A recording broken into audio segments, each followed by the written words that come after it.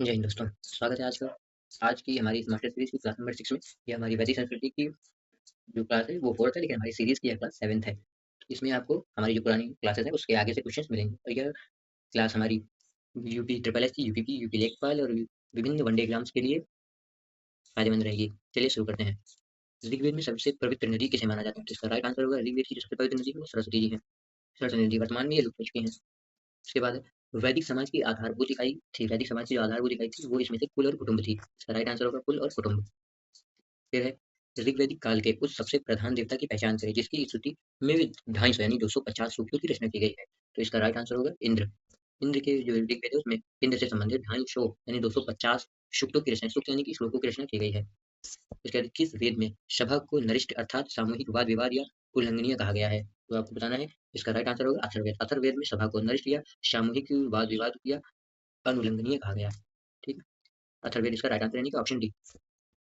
फिर है किस रचना में नारी को शुरा और पांसा के साथ तीन प्रमुख बुराइयों में शामिल किया गया है? शुरा और पांसा, शुरा को शराब भी कहते हैं और पांसा को जुआ कहते हैं। उसके बाद इसमें इन तीनों में नारी को भी शामिल किया गया, तो इसका राइट आंसर होगा मैत्रेयणी। मैत्रेयणी संहिता में नारी को मतलब तीन प्रमुख, पुरुष की तीन प्रमुख बुराइयों में से एक कहा गया।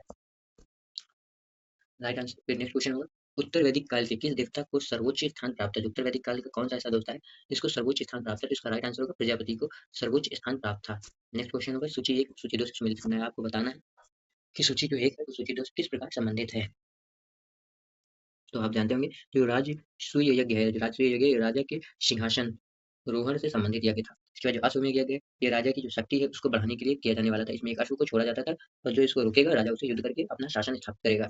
इसके बाद जो वाजपेय यज्ञ है इसको शौर्य प्रदर्शन व प्रजा के मनोरंजनार्थ किया जाने वाला यज्ञ था, यानी प्रजा की मनोरंजन और राजा के शौर्य को दिखाने के लिए वाजपेय यज्ञ किया जाता था। उसके बाद अग्निष्टोम यज्ञ, इसे देवताओं को प्रसन्न करने हेतु अग्नि को पशु बलि दिया जाता है। अग्नि को पशु बलि दिया जाने वाला एवं सोमरस का पान किया जाने वाला यज्ञ था। सोमरस को मदिरा भी कहते हैं, मदिरा अर्थात दारू, वाइन भी कहते हैं, करके ध्यान दें। इसका राइट आंसर होगा आज के इसका राइट आंसर होगा ऑप्शन ए। फिर नेक्स्ट सूची एक को सूची दो से सम्मिलित कीजिए। तो आपको जानते होंगे कि ऋग्वेद में जो उल्लेखित नाम है वो आधुनिक नाम कहाँ पर है, मतलब आधुनिक नाम उनका क्या है? यानी कि पर्शनी नदी का आधुनिक नाम, पर्शनी नदी का आधुनिक नाम जो है वो रावी है और शुद्ध शतुद्री, शतुद्री जो नदी है उसका नाम वर्तमान में शतलुज है। आस्कनी नदी का वर्तमान नाम चिनाब है। विपाशा नदी का आधुनिक नाम व्यास है। तो इसका राइट आंसर होगा ऑप्शन ए। फिर संस्कारों की कुल संख्या कितनी है? हिंदू धर्म में संस्कारों की कुल संख्या 16 है। 16 संस्कार किए जाते हैं। अब आप अगर 16 संस्कार की बात करें तो इसमें होता है गर्भाधान, पुंस्यवान और उसके बाद होता है ये जो सीमांतोनियन, जात कर्म, नामकरण, निष्क्रमण, अन्नप्राशन, चूड़ा कर्म, विद्या आरंभ, कर्ण, वेद, यज्ञोपवीत यानी यज्ञोपवीत तो जानते होंगे, जनेऊ जिसे कहते हैं, वेद आरंभ, केशांत, फिर समावर्तन, विवाह, अंत्येष्टि। विवाह के आधारित अंत्येष्टि, क्योंकि जिसने विवाह किया उसकी अंत्येष्टि निश्चित है। वैसे तो निश्चित है ही, ये तो एक मजाकिया तथ्य है। चलिए शुरू करते हैं। नेक्स्ट सूची एक को सूची दो से सम्मिलित करना है। आपको बताना है जो ब्रह्म विवाह है, ब्रह्म विवाह ये समान वर्ण या जाति का विवाह कहलाता है। दैव विवाह, जो दैव विवाह है ये पुरोहित या परिश्रमिक में मिली कन्या के साथ विवाह किया जाता है। इसके बाद जो अर्श विवाह है इसमें कन्या मूल रूप से एक जोड़ी गाय व बैल चुराकर किया गया विवाह है, यानी जो कन्या है वो सिर्फ एक जोड़ी बैल और कन्या से, बैल और गाय को चुरा करके विवाह किया जाता है। उसके बाद इस विषय में हमको विशेष जानकारी नहीं है, परंतु जो ऑप्शन में है आप उस पर फोकस करें। फिर है प्रजापति विवाह। प्रजापति विवाह बिना दहेज का विवाह है, ऐसा विवाह जिसमें दहेज लेना अथवा देना अपराध हो उसे प्रजापति विवाह कहते हैं। नेक्स्ट क्वेश्चन, तो इसका राइट आंसर क्या होगा? इसका राइट आंसर होगा ऑप्शन ए। फिर है कि एक को सूची दो से सम्मिलित कीजिए। आपको बताना है कि सूची एक सूची दो से किस प्रकार संबंधित है। जो गंधर्व विवाह एवं प्रेम विवाह है, गंधर्व विवाह को प्रेम विवाह भी कहते हैं। असुर विवाह, असुर विवाह वह होता है जब कन्या को खरीद कर किया गया विवाह ही असुर विवाह कहलाता है। उसके बाद है राक्षस विवाह। राक्षस विवाह में जो पराजित राजा है उसकी कन्या या फिर अपहरण की गई कन्या के साथ विवाह होता है तो उसे राक्षस विवाह कहते हैं। और पैशाच विवाह, इसमें होता है कि कन्या की मर्जी के विरुद्ध से जबरदस्ती या सोई हुई स्त्री के साथ का मतलब मानसिक रूप से विक्षिप्त स्त्री के साथ विवाह करना उसकी इच्छा के अनुकूल जाकर, इसको पैशाच विवाह कहते हैं। तो इसका राइट आंसर होगा ऑप्शन ए। तो नेक्स्ट है तीन रण में शामिल नहीं है, ऐसे कौन से तीन रण है उसमें शामिल नहीं है? तो मात्र रण जो है वो तीन रण में नहीं आता है। तीन रणों की संज्ञा यदि बात कही जाए तीन रण में आता है। पहला आता है देव रण, दूसरा आता है ऋषि यानी कि गुरु रण, तीसरा आता है पितृ ऋण। तो इसका राइट आंसर होगा मात्र ऋण जो नहीं आता है। फिर है ऋग्वैदिक काल से संबंधित मृत्युदंड, सॉरी, मृद भांड संस्कृति है। ऋग्वैदिक काल से संबंधित मृदभांड संस्कृति है। इसका राइट आंसर होगा गेरुवर्णी मृदभांड यानी कि ओसीपी संस्कृति। इसका राइट आंसर होगा ऑप्शन ए। फिर है उत्तर वैदिक काल से संबंधित मृदभांड संस्कृति, ये वही क्वेश्चन रिपीट हो गया है, कोई बात नहीं, इसका ऑप्शन सही है।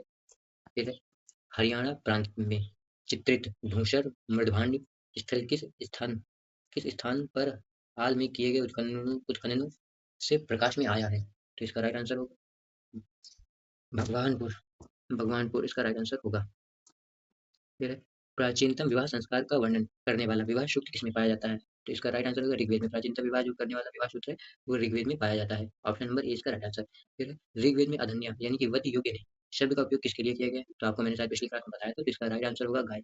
गाय के लिए अधन्या शब्द का प्रयोग किया गया है। फिर है, सूची एक को सूची दो से सम्मिलित करना है। तो जो इसमें संग्रहित जो है उसका कोषाध्यक्ष कहते थे। जो भाग दूध है इसको कर संग्रहता कहते थे। जो छाता है छत्री है उसको पासे के खेल में राजा का सहायक कहते थे। और जो अक्षवाप है उसे प्रतिहारी या राज्य राजप्रसाद का संरक्षक यानी कि जो राजा का रसोई थी उसका संरक्षक कहा जाता था। तो इसका राइट आंसर होगा ऑप्शन ए। फिर है विस्तृत प्राकृतिक संतुलन स्थापित करने के कारण किस वैदिक देवता को श्रतस्य गोप कहा जाता है? श्रतस्य गोप कहा जाता था। तो इसका राइट आंसर होगा वरुण। वरुण को ऋतस्य ग्रुप कहा जाता है। ऋतस्य ग्रुप और वरुण को कहा जाता है। ऋतस्य ग्रुप वरुण को कहा जाता था इसका। फिर है, निम्नलिखित में से कौन सा मूलतः जल या समुद्र का देवता था? निम्न में से कौन सा जल या समुद्र का देवता था? तो वरुण ही जल या जल और समुद्र के देवता थे। तो इसका राइट आंसर ऑप्शन सी होगा। फिर है, तीन क्रमों यानी कि पगों में तीन लोग को माप लेने के कारण किसे उपक्रम कहा गया है? तीन पगों या तीन लोग को माप लेने के कारण किसे उपक्रम कहा गया है? तो इसका राइट आंसर विष्णु जी को होगा, क्योंकि विष्णु जी का जो जो वो बावना अवतार था, बावनी ब्राह्मण का अवतार, उन्होंने तीन पगों में ही पूरे तीनों लोग को माप लिया था। फिर सूची एक को सूची दो के साथ सुमेलित कीजिए। आपको बताना है कि सूची एक किस प्रकार से सूची दो से संबंधित है। तो जो पूषण है, पूषण वो विवाह का देवता होता था। उसके बाद रुद्र है वो पशुओं के देवता होते थे। जो ध्यव है या ध्वज वो जगत के पिता कहलाते थे। जो अदिति है वो देवों की महान माता है। अदिति को देवों की महान माता के रूप में जाना जाता था। इसका राइट आंसर ऑप्शन होगा ऑप्शन नंबर ए। फिर है मनुस्मृति मुख्यतः संबंधित है। मनुस्मृति जो है मुख्यतः सामाजिक व्यवस्था से संबंधित है। मनुस्मृति मुख्यतः सामाजिक व्यवस्था से संबंधित है। फिर है गायत्री मंत्र की रचना किसके लिए की गई थी? मतलब किसने की थी, सॉरी। गायत्री मंत्र की रचना जो है वो उन्होंने की थी, सॉरी, किसका नाम? विश्वामित्र जी ने। गायत्री मंत्र की रचना जो है विश्वामित्र ने की थी, ये ऋग्वेद में उपस्थित है और देवता सोम के लिए है। फिर है अवेस्ता और ऋग्वेद में समानता है। अवेस्ता किस क्षेत्र से संबंधित? जो अवेस्ता ग्रंथ है और उसका ऋग्वेद जो अपना धर्म ग्रंथ है उससे समानता है। तो जो अवेस्ता है वो ईरान का धर्म ग्रंथ है। ईरान का अवेस्ता धर्म ग्रंथ है, ईरान का। ईरान से संबंधित है अवेस्ता। फिर है निम्नलिखित में से कौन सी एक ऋग्वैदिक आर्यों की लक्षणिक विशेषता नहीं है? आपको बताना है कि इनमें से कौन सी आर्यों की लाक्षणिक विशेषता नहीं है। तो इसका राइट आंसर होगा वे लोहे के उपयोग से परिचित थे। ऐसा नहीं है, वे लोहे के उपयोग से परिचित नहीं थे, क्योंकि आर्यों के समय पर लोहा उतना नहीं था, मतलब लोहा था ही नहीं, होता तो परिचित होते। फिर है ऋग्वेद में निम्नलिखित किन नदियों का उल्लेख अफगानिस्तान के साथ आर्यों के संबंध का सूचक है? तो इसका कुंभा और क्रम नदी जो है, कुंभा को काबुल नदी कहते हैं जो 700 किलोमीटर लंबी है, जो अफगानिस्तान में हिंदू कुश पर्वतों की श्रृंखला से शुरू होकर पाकिस्तान के अटक शहर के पास सिंधु नदी में विलय हो जाती है। काबुल नदी पूर्व अफगानिस्तान की मुख्य नदी है और इसका जो जल संभार है वो हेमंद नदी के जल संभार क्षेत्र से उन्मई दर्रे द्वारा विभाजित होता है। जो उन्मई दर्रा है इससे इसका जल संभार विभाजित होता है। तो इसका राइट आंसर होगा कुंभा और क्रम। फिर है क्वेश्चन नंबर 8 108। इसका राइट आपको बताना है कि धर्म तथा ऋतु भारत की प्राचीन वैदिक संस्कृति के एक केंद्रीय विचार को चित्रित करते हैं। इस संदर्भ में निम्नलिखित कथनों पर विचार करना है, बताना है। धर्म जो है वो व्यक्ति के दायित्वों एवं स्वयं दूसरे के प्रति व्यक्तिगत कर्तव्यों की संकल्पना है। इसका आंसर राइट, बिल्कुल, ये तो सही बात है। उसके बाद ऋतु ऋतु जो है वो मूलभूत नैतिक विधान तथा जो सृष्टि और उसमें अंतर्निहित सारे तत्वों में से एक है। आपको बताना है, तो ये भी बिल्कुल बात सही है। तो इसका राइट आंसर होगा option number C. Option number C, एक और दो दोनों सही है। फिर है आर्यों के आर्कटिक होम सिद्धांत का पक्ष किसने किया? जो आर्यों का आर्कटिक होम सिद्धांत है उसका सिद्धांत बीजी तिलक ने किया। बीजी तिलक से संबंध बाल गंगाधर तिलक ने किया है। उसके बाद है सूची एक को सूची दो से सम्मिलित करके आपको बताना है कि जो ये कौन सी नदी है वैदिक नदी और कौन सी नदी का नाम आधुनिक है। यानी कुंभा नदी का आधुनिक नाम क्या है? तो कुंभा नदी का आधुनिक नाम जो है वो काबुल है, अभी आपको इससे पहले मैंने बताया था। उसके बाद जो पारसनी नदी है, पारसनी नदी का जो आधुनिक नाम है वो होगा रावी। पारसनी नदी का आधुनिक नाम रावी है। उसके बाद शदानीर नदी है उसका आधुनिक नाम होगा गंडक। शदानीर नदी का नाम आधुनिक नाम गंडक है। उसके बाद शतुद्री नदी का आधुनिक नाम सतलज है। सतलज, इसको सतलज भी कहते हैं। तो इसका राइट आंसर होगा ऑप्शन नंबर बी। हमारी इस श्रृंखला में आपको अब ये जो भी मतलब हमारी इस श्रृंखला से ऋग्वैदिक या ब्राह्मण से संबंधित, ऋग्वैदिक और उत्तरवैदिक से संबंधित जितने भी महत्वपूर्ण प्रश्न थे वो पूरे किए जा चुके हैं। अब अगला टॉपिक जो होगा उस हिसाब से आपको सूचित कर दिया जाएगा। चलिए चलते हैं, धन्यवाद। जय